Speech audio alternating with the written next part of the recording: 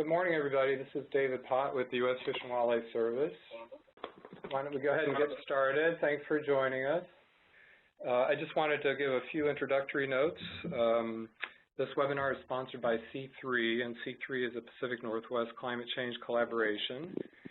And I'm a member of that group along with several other federal folks from climate change scientists, coordinators, science center directors, and staff. And we're an informal group that holds monthly discussions, and we sometimes host webinars such as this one. And with that, I wanted to introduce Lynn Helbrecht, who will be presenting today. Lynn is with the Department of Fish and Wildlife, the Washington Department of Fish and Wildlife, and she's a climate change coordinator there. She's been in that position for about 3 years, and this year she's also taken on the responsibility of being the State Wildlife Action Plan coordinator. And her duties include integrating climate change science into agency decision-making, and she'll be talking to us a little bit about that, and along with a case study on land acquisition criteria. Excuse me, before her work with WDFW, Lynn was the executive coordinator for the Washington Biodiversity Council. And I should say that Lynn also participates on a number of regional and national efforts on climate change, and she is one of 4 state representatives to the Federal Advisory Committee, a new Federal Advisory Committee on Climate Change and Natural Resource Science that will just get kicked off, just got kicked off this year, and I think our first meeting is in September. So that says a lot for Lynn and her leadership and the state's leadership on climate change adaptation. So Lynn, thanks in advance for joining us and presenting today, and the floor is yours. Great. Everybody, you can hear me okay, David? Yeah, sounds good. Okay. Well, thanks everybody for making the time, and to David for inviting me to share some of our work with you today.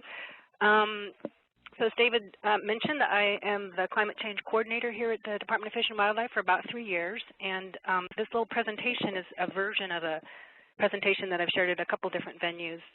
And there are a couple of things I wanted to do today, and one was just share with you, again, I mentioned this is a presentation I've been sharing with a couple different groups, so they're sort of simplistic but meaningful, sort of where we've traveled over the last 3 years as we've tried to dive in deep to adaptation in the agency. So I just wanted to share with you a few of those highlights. And then as David mentioned, I want to focus in on one of our projects, which we'd love some feedback and help on. It very much feels like a work in progress, which is trying to figure out how we integrate climate into acquisition criteria. So. Okay, so in 2008, the agency got serious about climate change, and it adopted a series of strategic goals, which you see at the bottom there, very big, overarching goals around climate change. I came on board in 2010, and we started to try and figure out how we can bring some more structure to our program. And so we started thinking about it in 4 big topic areas, if you will. So the first is around science, how we're going to equip ourselves with the science needed. Around education, and we've been doing a number of different programs, kind of ad hoc. We have a monthly newsletter, not unlike the one that David circulates, relative to climate news that might be of interest and be applicable to people in the agency. We've been doing some brown bag presentations, a series of workshops. Collaboration, we have been participating in a number of different regional and national climate change oriented groups. And then finally, integration, which is really where the rubber hits the road in my mind and really where the hard work is. And that's what I really want to talk about today, because one of the things we've learned is that we really should have focused here more, or I personally wish we would have focused here more at the beginning, because part of what I'm guessing is that we have gotten a little bit ahead of ourselves in terms of some of the science when we really think about how to best integrate climate into what we do in the agency. And so just as an example here, a couple of examples of some of the science projects that we've been actively involved in as an agency, either indirectly investing or been on advisory committees. Some of you may be aware or know of the Pacific Northwest Climate Change Vulnerability Study. It's about $1 million project over the course of many years at many different agencies. And it's kind of in progress, and it's a great piece of work. You can see the partners down there at the bottom of the screen, and there is a website where we're starting to put up products. And a number of different components to that work. One was a species and habitat sensitivity database, and UW was in charge of that. We are doing some downscaled climate modeling for the region, some modeling for vegetation shifts, and then some habitat suitability modeling for how things might shift for species. An example of the kind of products that you might see for the pika, for example, and the blue bars are based on sort of biologist opinion, best professional opinion on where and how sensitive they are amongst these different categories, and then the confidence level is the red bar. When you start to kind of combine species, you start to see something like this. So this is an example for our species of greatest conservation need, 58 birds, how they kind of rank relative to each other. And then another example of a product, which, we could talk a lot about these products, but I'm mostly using them as illustrations for sort of where we've traveled, as I mentioned at the beginning. But this is an example, and you don't have to pay attention to what the colors mean, but the colors indicate that shifting desirability of habitat for sage-grouse over the course of the next 80 years. Another product is with the Washington Habitat Connectivity Working Group, and there is a climate subgroup in that in that working group, and they were looking. Get that out of the way there.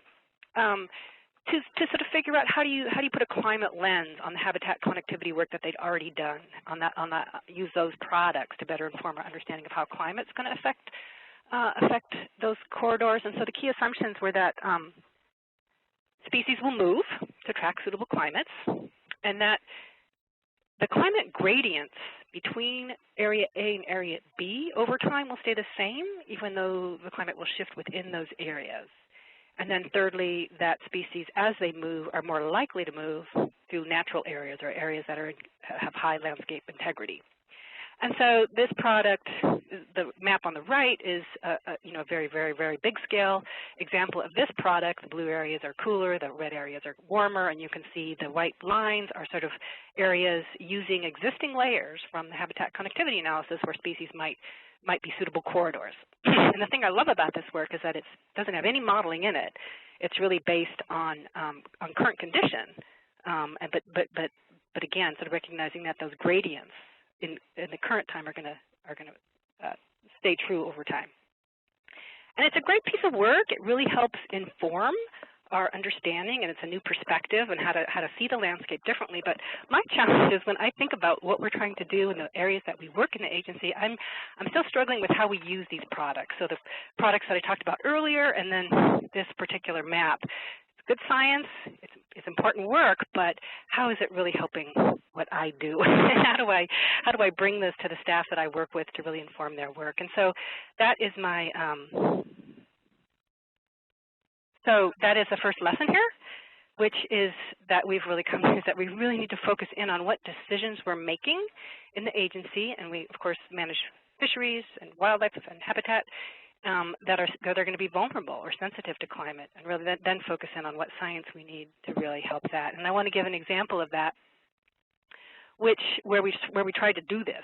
And so early in this year, we did a pilot workshop to sort of test this notion out, and it was very much geared at the agency and what we do in the Skagit. And we thought that maybe if we focused on one basin, it might help our conversation. It might contain the conversation in a way that we could get more concrete about what we do and how it's vulnerable to climate change. And so this was the title of the workshop, and we held it in February this year. About 50 folks there, and we had a number of our staff there, as well as some of our conservation partners and climate folks working in the region, so that we could help have folks really help inform our conversation. And we had two goals. One was to identify, again, what we do very specifically, and it sounds so obvious, but it was kind of hard to do, in that, and then secondly, to begin to sort of tease out what we would do to make those more resilient. And we really focused on the aquatic habitat. So we had folks there from our habitat program. We work on restoration and acquisition kinds of issues, as well as our fisheries program. And we had 6 wall charts all around the room. We sort of like pre-thought what are the big topic areas we're working in. So we had harvest management, fish passage, restoration, acquisition, hatcheries, and hydraulic permit approvals. And we had big wall charts, and I'm going to focus on harvest management just because it was the group that had the biggest aha. It was one of the hardest groups for me to bring to the table, and I felt like when those folks were standing there in front of the chart, they really, I think they got it in a way that they hadn't before. And this is the kind of chart that we had. I'm going to move that over there. So these are the things that we were asking them to think about. And there's nothing about science here yet, right? So what decisions do you make relative to harvest? Why might it be vulnerable? And if we do nothing about that, if we don't address climate at all, does it matter? What's the risk of not addressing climate?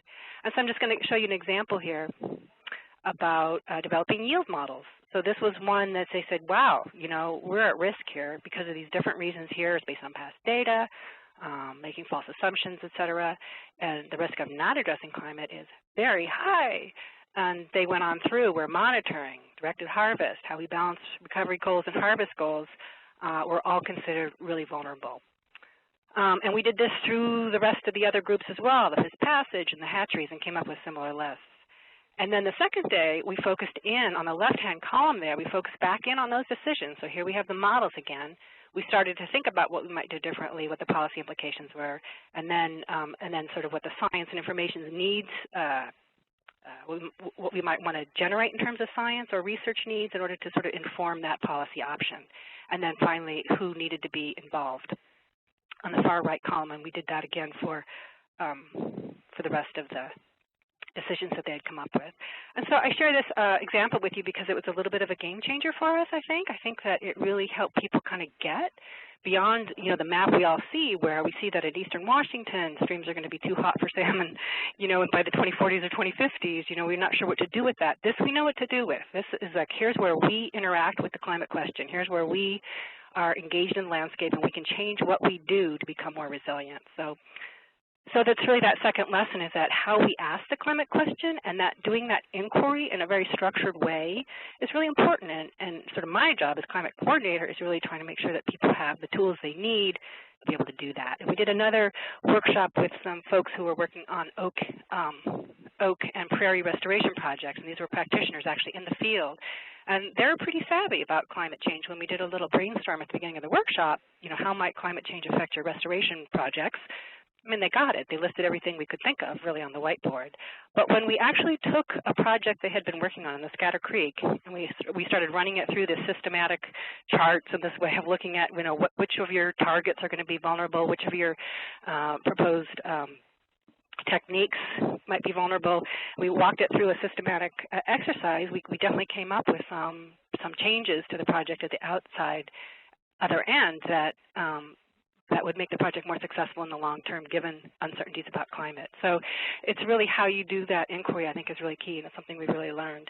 And that really the why that something is vulnerable really gives you the place to work. That's where the workable space is for then trying to design your adaptation option. And so as we generate products, like for example that chart where we just had sort of the relative rankings of the sensitivity of the species, the birds that I showed earlier, that's only marginally useful. We really got to dig into the data and really work with the why. What makes that one species more sensitive than the other? Because that's where we can start to figure out what we're going to do differently. And then the third lesson is that we really have to start thinking, and I know folks are already doing this, but really start thinking about not climate as a standalone. So when we get charts like this that show us how sage-grouse habitat is going to shift due to its climate suitability in the future, it's really only marginally useful to us as decision makers, because we're already in trouble with sage-grouse because of existing stressors which have their own trajectory on the landscape over the next 40 to 50 years, and it's understanding how climate's going to work with those existing stressors where we as decision makers, you know, really need to get a little more conversant. And then finally, this last one is that it's, again, this thinking not of climate as a standalone. We're not going to develop a climate adaptation program that's separate from the rest of the agency. We really have to think about how climate informs what we already do. And the example that I use here comes from I just was going to focus on salmon recovery, and we are spending millions of dollars. We're going to be spending millions of dollars regardless of climate change. And so we really need to think about how we do that with a climate lens and how we do that in a strategic way. And so this example comes from Tim Beachy, I'm sure that, and others of his colleagues. I'm sure many of you are familiar with his work, but it's just a great example of this notion of how you sort of put that climate lens on work that you're already doing. And so the top bar, the top axis there has temperature increase, base flow increase, and peak flow increase. So those are characteristics we think are going to change with climate change and be of concern to salmon. And then on the vertical, you have what the common restoration techniques are. So in this first example, it's restoring longitudinal conductivity or removing barriers. And so we can see that if we are breaching a dam, it's going to help us with it's going to help us with salmon. It's going to help us with temperature increase. Could help us with base flow decrease, not so much with peak flow increase.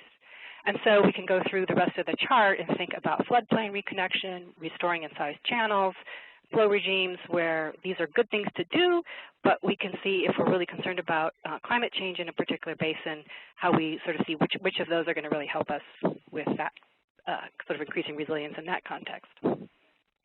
So that's really all I had to do, and all I had to present in terms of these lessons learned, or how we're starting to sort of get more applied, if you will, in our adaptation program. And we are working on an adaptation handbook, which is where we just really want to focus on projects that are already underway. We're not, I don't have a big sort of standalone climate strategy for the agency, but we want to focus on places where people are already working on either revising a guidance, revising a manual, making a decision, and then working with them as they do that to understand how climate fits in. So we have a couple of different projects. We are working on a project to think about culvert replacement, replacing 6 culverts under I-5 in the Skagit, so really understanding how climate is going to affect that. Nearshore Restoration Grant Program guidance. I mentioned the Oak Prairie Restoration Project. We are in the process of revising all of our management plans for our wildlife areas, 900,000 acres in the state. Developing technical assistance for riparian and marine shoreline. And then finally, what you all came for, the lands acquisition program. And we are in the process of a new round of acquisition proposals, and we call it Lands 20 here at the agency. And it's the way we work it here is that the proposals initially largely come from staff in our regional offices, and they identify a potential acquisition and have a fairly extensive questionnaire, a material they have to prepare ahead of time that then comes to a central technical group that looks at the validity of that potential proposal. And so that's really part 2 is how we address climate change. And we recognize this as an area that we needed to be more strategic about. And here we are starting to gather, some different climate change data about the region and how it's going to affect species and habitat. So it's a place to sort of put that to use. But I found that when I started to dig in, it was quite challenging. And I think it's climate change is best suited to thinking about sort of landscape level, if you will, strategic acquisition goals and maybe longer term, bigger picture goals. But at the same time, if we are proposing a proposal, if we are proposing either a coastal habitat or an upland habitat for acquisition, it seems like we also have to do due diligence and really ask the climate question, if you will, and understand how climate's going to affect that and be able to make a transparent decision. So that was a challenge. And I mentioned we have this Lands 2020 application. So question 4 on this application, this is just the start, became how climate change might affect the target species and ecological characteristics of the site. And we gave them 2 questions to respond to, and I want to thank David for providing me with some really very useful feedback, and you probably saw that, David, in the appendix, that a lot of your suggestions got embedded into that. But I sent out some of this material ahead of time to a few folks and really appreciate the thoughts folks had to date on there. So we asked them to look at 2 questions, and I sort of thought of this in 2 different ways. One is that the climate may affect our ability to be successful if we are securing that habitat for a particular target species, for example, and that the characteristics may change such that it's no longer suitable for that target species. So there's how climate will affect the species and habitats at that site that we are protecting.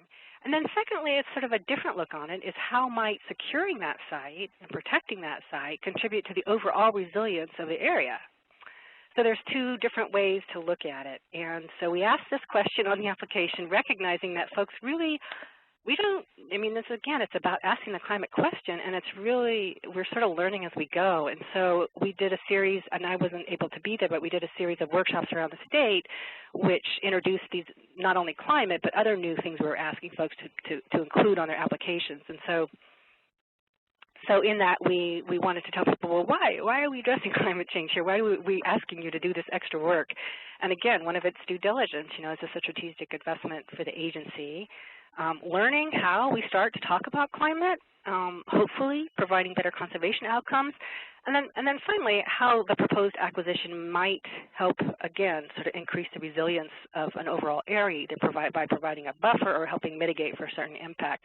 And it might help in securing funding because we are starting to see funders asking that question. And so the more that we are able to articulate and defend how a site might accomplish that, might put us in better shape for securing funding.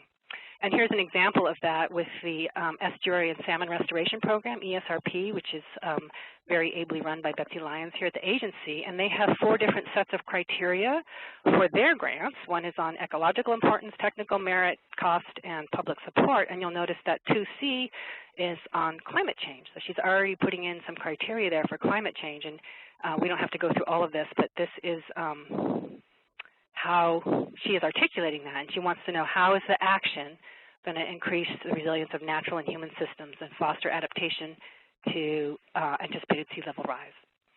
And so she's looking to see that the proponent has an understanding of how climate is going to affect that site. It wants to know, are there opportunities for landward movement of coastal ecosystems that might be dislocated by sea level rise? So are beach projects allowing for that? Is sediment supply being considered? What about tidal wetlands? And what about adjacent land use relative to climate change? So it's a casting out. We want to see what comes back in and learn from that and increase our ability to offer technical assistance to proponents in preparing their applications and really develop our own sophistication with what kind of data we need. Like, what's enough? What's enough at this stage of the game? What's appropriate for a particular site? So back to our questions there. So we had, again, this first one about impacts, and then the second one about resilience. And so then the challenge is, well, what do we give to staff? How do I give them enough to start to dig into this without creating this really undue burden at a very preliminary stage of the acquisition game? And so we developed this appendix, which I think you all David sent that ahead of time to just start to assemble these tools. And this is what I would love sort of feedback on from anything that y'all have done in your own agencies there. But so we started to introduce these terms: adaptive capacity. How might this site help the ability of a species to accommodate climate change impacts over time? Or how might it really serve as a resilient site? Is it someplace that we think might experience less change and really contribute to the resilience of a region? Or are there specific features of the site that might contribute to that site itself being a little bit of create more resilient opportunity, or create opportunities within that site for critters to cope with climate change? And so then there's table 1 in the appendix, just lists a number of aspects of a particular site. And this is where I felt like I was a little bit on shaky ground. So I had some folks from the UW look at it. I want to know that we are, we are standing on good science here. So we gave them just sort of a list of things to think about, things to pay attention to in your site. Like what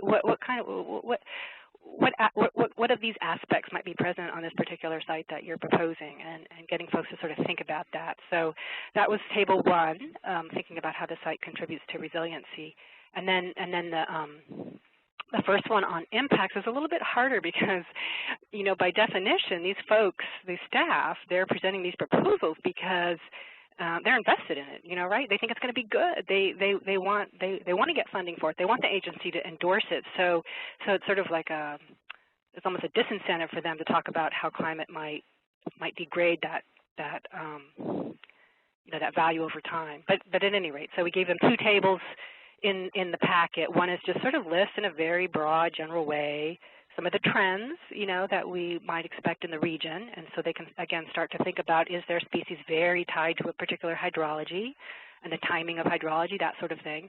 And then table 2, the second table, is a piece that we did earlier with the Climate Impacts Group, where we started to look at how climate might affect certain ecological services, and started to sort of make a tighter link between those, if you will. So again, just sort of 2 different ways that folks could start to think about it. And again, you know, the idea is, how do we develop language around this? How do we really think about climate in a particular parcel, which I think becomes very challenging, and maybe it doesn't hold, you know. And so this is really an experiment, and I was a little sensitive about sending out that appendix to this broad group. I thought, you know what, we all need to learn together. So I'm really interested in how other folks are doing this, and how we can kind of strengthen that piece over time, and maybe make it more appropriate. So that's really, apologies for all the challenges here, but that's really all I had to present. I just wanted to introduce that piece, you know, on David's invitation, and you know, hope to hear from all of you about how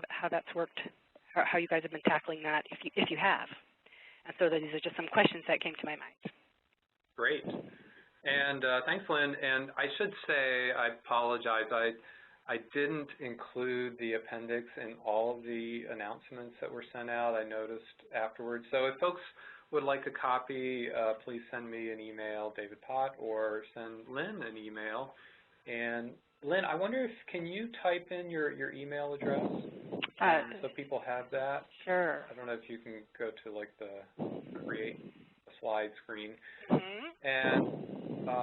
And at this point, I'm going to go ahead and open up the lines. If you're more comfortable sending a written comment or question, please feel free to use the chat function on WebEx. And otherwise, I'm going to unmute all the lines, and therefore I would ask for folks, if you're not speaking on your end, if you can, you know, mute your phone on your end so we don't get too much background noise, that would be great. Mute off. And let's see. There we go. So all the lines are open right now, so if anyone has a question or a comment for Lynn, go ahead. Don't be shy.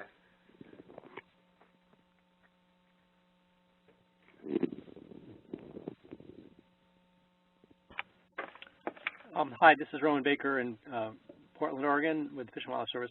Lynn, you mentioned some of the site characteristics in one of the last slides that might contribute to resilience for freshwater habitats. And I'm wondering, have you created perhaps a list or some type of guide to some of those characteristics that you're talking about for amelioration of some of these climate change stressors for aquatic systems? I have not, other than this one table, which is basically a one-page, and it doesn't have this particular table, which we can send to you, doesn't have citations. It's not annotated in any way, and it's very brief. And so that would be really something I would love to sort of either have access to, is not only, oh, we should look for thermal refugia, or we should look for cold water seeps. What do they look like? How big do they have to be? How connected? You know, what if that really is going to be of value? And where's the citation for that? You know, so I think that's really, if we're going to take this work further, I think we need that. And if we want to use some of this information, say, on grant applications or whatnot, we need to be able to stand on it. So I do not have that. And, you know, there's a few articles that refer to it, but I haven't seen it all put together in one place, and maybe you guys have. I think it would be a useful product to try to develop, maybe collaboratively, if we can get that sort of list of features that we're talking about created and then reviewed with citations. I think great suggestion.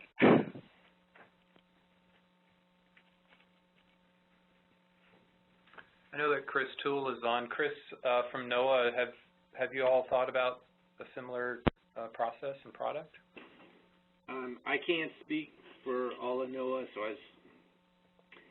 in fisheries, I was going to comment that on management, and we have a bunch of things going on right now trying to figure out how to incorporate climate change into decisions.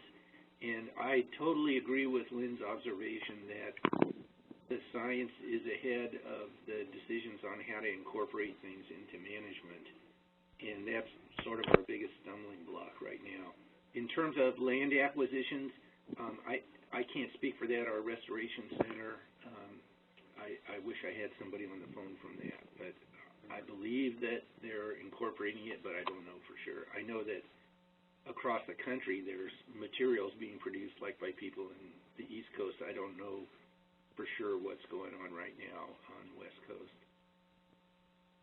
Yeah, and Lynn referred to Tim Beachy's work, and he's with NIMS at the Science Center, and that's certainly very helpful, but actually mapping these things out would be really neat. Hey, Lynn, this is John Minkowski. Thanks for the great presentation, and congratulations to you and State Fish and Wildlife for really taking this stuff on seriously. As you develop your approach to doing this and these pilots across the broad range of activities within the agency, did you develop your approach based on the experiences of other agencies like State Department of Ecology or Cal Fish and Game and other partners who have already tackled this, or basically did you just develop this based on what you thought worked for the agency? And the reason I ask that is because some of the work in the MPLCC is really sharing the work or success stories of others across a broader geographic range, and there's a lot of mileage to be gained there. So how much did your approach, developing your approach, was that developed based on experiences of other agencies? It's a little bit of a hard question, John. I think it's informed by the work of other agencies, but especially, our sister agencies across the country, that are working on fish and wildlife concerns, because you have sort of a particular hat that you wear. But I really feel like the challenge, and I think that most of the agencies are kind of moving here together. There was the comment, that, hey, yeah, I think it's not uncommon that we feel like the science got ahead of us. I think people are feeling that, like as we generate all these vulnerability assessments, we then say, like, how am I using that? Exactly how am I going to use that? And is that really helping me to become more resilient as an agency? And I think that question, you have to answer it for yourself, And we had to go through that exercise, and we haven't done it for several other parts of the agency, right? We just looked at fisheries management and restoration. We just said, what do we do? Because ultimately, our ability to affect this is going to be, what do we do differently tomorrow, or in 5 years, or in 10 years, because of what we are learning about climate change. So that's where we help. That's where we help the big picture, right, by focusing on our small world. So it really was sort of this laser-like focus internally, but certainly informed by, some of the struggles that others have had. And I was talking to somebody, I think at Ecology, and she said, you shouldn't be so free about sharing how you made mistakes or shouldn't have invested in this particular science. And it's like, well, that's how we learn. We learn by understanding, kind of how to be better the next way around. So. If I recall correctly, you serve as a state representative on the Association of Fish and Wildlife Agencies on the Climate Change Group, or maybe it was the WAFWA? Yeah, I'm on the Climate Change Committee. Would you say that the state, Washington Fish and Wildlife, is leading or on par with other states as state agencies as they try to tackle these similar issues? Not every state by far had a climate change coordinator. So I think partially by the commitment of the agency and the virtue that we actually had some staff to contribute to this, I think we were sort of on the leading side of agencies. I think because we had the resources to tackle it. Most of them are working on it, and they as they redo their state wildlife action plans, there's requirement to think about climate change. So they're all kind of grappling with it and have invested in vulnerability studies, et cetera. And the degree to which we're actually building it into what we do, that's just emerging. Right. Yeah. Thanks again. I'm intrigued by this notion of some kind of a conference or some kind of broader sharing opportunity for state agencies, federal agencies, tribes, and others. Not so much on the science, because I agree, there's a lot of people funding a lot of science out there. There's still gaps, but it's difficult to handle. But it's really time for the management side to catch up and how they digest the science and turn that into management decisions. So maybe there's some opportunities there to share this presentation with the broader community. I mean, that's another really great example of that with Mead Crosby, who is leading that climate gradient corridors work that I talked about, and they are working, I think you guys might be funding that, John. They're working on another project in terms of transboundary corridors between Washington and Canada. British Columbia, and they were going to sort of generate, they got their group together, and they were going to generate some good science products to help that. And they realized when they started talking to people that people didn't need more science, that they didn't know how to use the science they already had. And so that's really become, you know, kudos to Mead and her group. That's really become the focus of their group over the next year, is working with managers to help them understand how to use the science we already have. So, great point. Thank you. Hi, this is Tony with the Bureau of Reclamation, and we're kind of in the same boat that everybody else is in that for the most part what we've done is worked a lot on looking at climate change as kind of a standalone. How does it affect supply? And then basically not changing anything else. And I would say in the last probably year and a half, we've started looking at how it might affect our operations. We've done some anecdotal work based on what we know about climate change and what we know about our operations, and documented how some facilities might be at greater risk than others. And the other piece that we're looking at now is irrigation, how irrigation may change. We're incorporating it into our biological assessments and some other studies that we're doing. But the biggest piece is really where you guys have gone to, Lynn, and this was a great presentation, but basically how to incorporate climate change into everything that we do. So basically mainlining it or mainstreaming it into our regular daily activities, not just our operations, but also our restoration activities and our dam safety program. And we're in the process now of working through a strategy. Our policy office in Denver is drafting up a strategy to do just that. And we're hoping to get a draft of that strategy to basically edit and get our hands around within the next month or so. But this is a problem that we're dealing with as well. We've got plenty of people who know how to do the science end. So it's kind of like a ditto of what I'm hearing from other folks.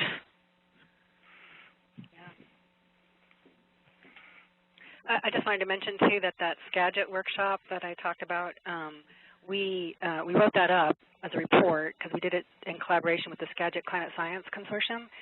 We wanted to sort of record both the methodology for kind of how we put it together as well as some of our findings. And so we're just finishing that now. So I'd be happy to send that to folks. If you send me an email, I can send you that. It'll be a couple weeks out before we have it to send. But that would be great. Thanks, Lynn. Any others? Lines are open. Yeah. This is Spencer Reeder, and I know John and Lynn, great presentation. I know John Minkowski asked the question about, conference, an ability to convene people to work through some of these issues. And next week there's the Pacific Northwest Climate Science Conference, which I know Lynn's attended and I assume John knows about. The folks that had put that together 4 years ago, and it's great that it's continued, it's in its 4th year, the vision for that, and I'll be curious to hear Lynn sort of respond to this, was that you bring enough people together between the science and management community in the Northwest within the landscape context of where we all work to try to provide those links. And it's an ambitious undertaking because it's not a particular topic area like ecosystems. It really tries to deal broadly with climate and management decisions and bring the scientists and the decision-making community together. But Lynn, do you think that forum is served its purpose, or meeting some of the needs of the management staff to learn about how to apply these in their working decisions? Just one tiny perspective in that, and of course I come at it as a practitioner and a manager. And I have found them to be very useful, and I think that will continue to be. I'm not able to come to the one, coming up this year, but as a way to connect managers to the science. But I think that the piece that was missing for me to make that a more useful exchange for me is kind of this doing our own homework in the agency, right? So to be better prepared with some of the questions. Like, we don't even know what some of the questions are. Like, when I showed you those charts from our Skagit workshop, if you took from all those 6 areas that we worked on and you just looked at the science column, we have a whole new set of science that we didn't know we needed before. You know what I mean? So it's partly doing that research, doing our own homework so that we're really better equipped to then talk to the scientists and to be able to alert that community to sort of what's on our minds, you know, as managers. So I think there's two sides to that, but I think it's a great forum, and I think it has, in my perspective of having attended the first three, I think it has played out well, and I think there's been a very concerted effort to bring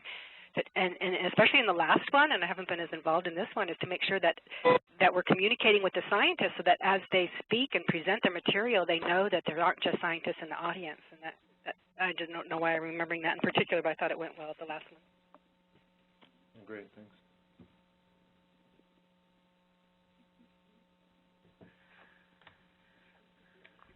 Any other? Yeah, go ahead. This is David. You know, Lynn, I was just thinking of reading a piece in Nature Climate Change, a commentary that published just about 10 days ago, and it was a group of authors who were, you know, kind of on the flip side of this, who were also cautioning, you know, not to throw out existing conservation strategies given the uncertainty. And that's certainly something I hear quite a bit. You know, we have a lot of refuges and wildlife management areas that were established for certain purposes, and you know, have you found a certain technique to kind of, you know, we do want to have that cautionary approach, and we don't have 100% certainty on how species and ecosystems are going to respond, and we don't want to abandon areas that are not resilient or that are not perceived to be resilient, because they may in fact be in the long term. So, I mean, how do you bring that barrier down? Have you had any luck with that? This makes me laugh, yeah. Because I would love to hear more applied examples of this.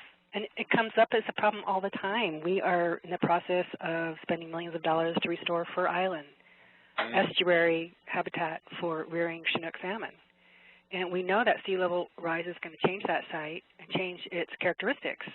But what's the time frame for which it's still a useful investment now, right? If we think that's going to be 20 to 40 years away, is it still useful now when we still get enough benefit out of, you know, the benefits to Chinook? You know, it's a question. And I showed you that map of shifting habitat types for sage grouse. So if we took that map, it shows that where we are currently translocating sage grouse, not going to be suitable habitat in 40 years. You know, so I'm not, you know, when I presented that to our folks, they're like, are you telling me I need to stop this project? And no, we're not saying that at all, but it did give me pause. Like, if we're not saying that, then what are we saying when we present that information? So I know I'm not answering your question, David. It's a place that I personally feel like I want to get more facile. Yeah, I mean, I think just to answer my own question, I think part of it is, you know, for me, a big part of it is sitting down with those managers and having them kind of go through what you just did there and think about the sensitivity of their own management goals and their conservation targets, and thinking about some ways to reduce that risk. And that can, in many cases, that can be you know, you can go a long way with that. We have a lot of coastal areas that in the Northwest, some are naturally, you know, vertical land movement is affecting some more than others, and there's the issue of sediment and being able to offset some of the sediment. So there's examples. You know, one thing that just occurred to me, David, is like I really love this idea of hedging your bets. You know, when I talked about the Oak Prairie workshop where we talked about the restoration practitioners and the changes we came up in their project design were all sort of around the hedging our bets.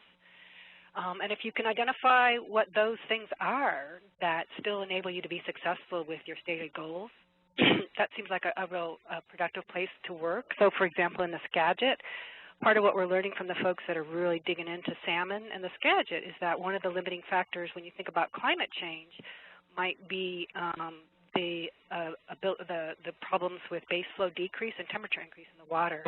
And so a hedging your bet strategy would be we might want to put more investment into reconnecting side channels and restoring side channels, and the work around floodplain reconnection is going to be a really important strategy for hedging our bets there, versus right now the big focus of the Chinook recovery in that region has been on the estuary habitat. So it might be maybe we think about kind of how to think about that funding in some other ways. A diverse portfolio, yeah. Exactly. Great. So any other questions and comments out there?